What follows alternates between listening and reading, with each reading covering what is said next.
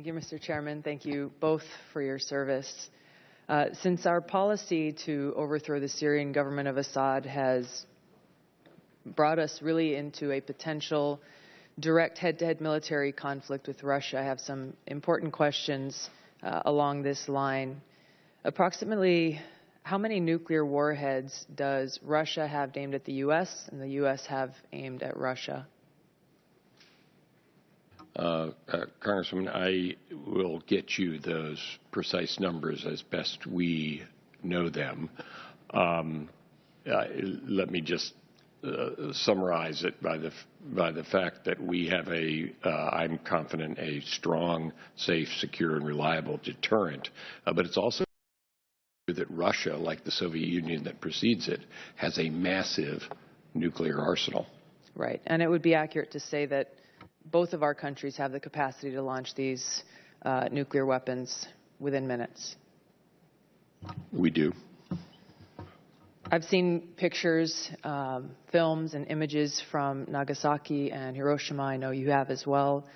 And I presume you would agree with me that nuclear war would be devastating to the American people. The amount of suffering that it would cause and the devastation to our families, our children, our communities, our planet, our future generations is difficult to imagine. So I'm wondering if there's been an assessment on how many lives would be lost and the damage that would be done if this nuclear war between our two countries were to occur. Congresswoman, I've been doing this for a long time, including during the Cold War, and working on nuclear weapons since the beginning of my career. And to answer your question, there have been estimates made right along when there was the Soviet Union, then a Russia, and it's a very simple story. It is, as you say, nuclear war would be a absolutely unprecedented and result in catastrophic destruction. That is why deterrence is so important. That's why prudence in the field of nuclear matters by leaders all over the world is so essential. So the fact that we now have our F-15s patrolling the Turkey-Syria border with that primary air-to-air combat operation, there's no air-to-air combat against ISIS. They don't have any air assets. So I can only presume that the purpose of these planes would be to target Russian planes. Is that accurate?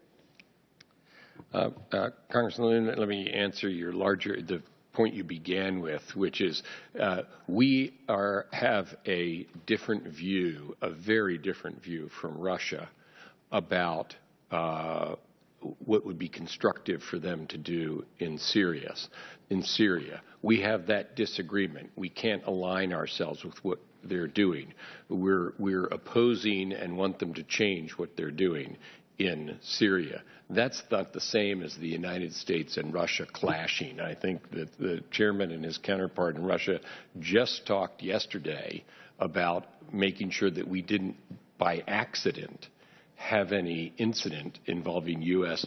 and Russian forces. So we have a sharp disagreement there, but that's not the same as blundering into a armed situation with one another. But that sharp disagreement, sorry, I only have a minute here, that sharp disagreement with two diametrically opposed objectives, one, the U.S. seeking to overthrow the Syrian government of Assad, Russia seeking to uphold the Syrian government of Assad, creates that potential, that strong potential and strong likelihood for that head-to-head combat or that head-to-head military conflict. And Russia's installation of their anti-aircraft missile defense system increases that possibility of whether it's intentional or even an accidental event where one side may shoot down the other side's plane. And that's really where the potential is for this devastating nuclear war, for something that could blow up into something